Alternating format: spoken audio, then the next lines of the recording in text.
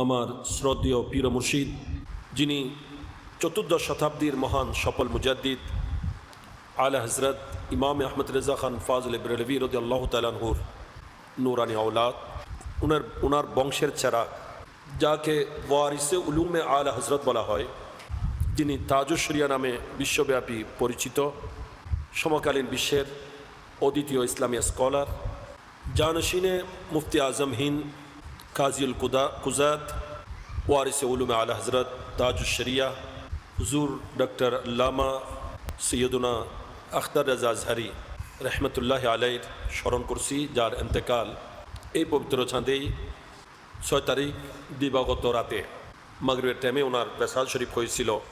কত সুন্দর এন্তেকাল ওনাদের। বারটা ছিল জুমাবার। উনি আসরের নামাজ আদায় করে ওনার নিয়মিত ওয়াজিফা ছিল দালাইলুল খায়রাত আদায় করা। তো উনি দরুদে পাকের সেই ওয়াজিফা দালাইলুল খায়রাত আদায় করেছেন। এরপর মাগরিবের নামাজের জন্য উনি অজু করেছেন। অজু কালাম করার পর ওনার শরীরের অবস্থা একটু খারাপের দিকে ছিল। তখন ওনাকে শায়িত করা হয়েছে, শোয়াইয়ে দেওয়া হয়েছে। এমত অবস্থায় আজান শুরু হয়েছে মাগরিবের।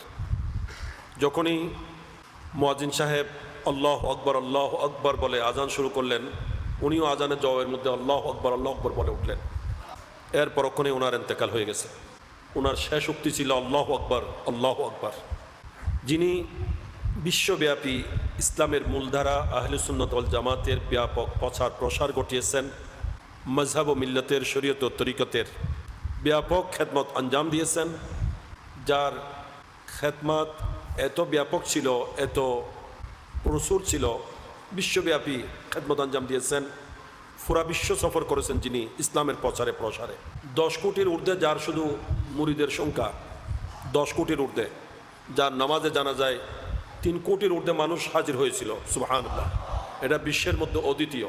আলহামদুলিল্লাহ, আল্লাহ তাআলা হুজুরের ফায়জ বরকত আমাদেরকে নসিব করেছেন।